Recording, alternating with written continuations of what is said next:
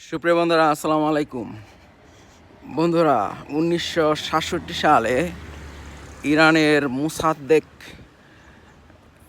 নামের একজন রাজনৈতিক নেতা ছিলেন। তিনি রাজনৈতিক নেতা না, তিনি 1951 থেকে 1953 সাল পর্যন্ত ইরানের নির্বাচিত প্রধানমন্ত্রী ছিলেন, যার নাম ছিল মোহাম্মদ মোসাদ্দেক। মোহাম্মদ মোসাদ্দেককে উৎখাত করা হয় কারণ তিনি ইরানের রাজা রেজা পাহলাবির ক্ষমতাকে তিনি কমাই দিছিলেন। আর তিনি দেশের সমস্ত তেল গ্যাসের খনিগুলা জাতীয়করণ করে নেন। আমেরিকান কোম্পানি, ব্রিটিশ কোম্পানি সব ইরান থেকে আউট করে দেন।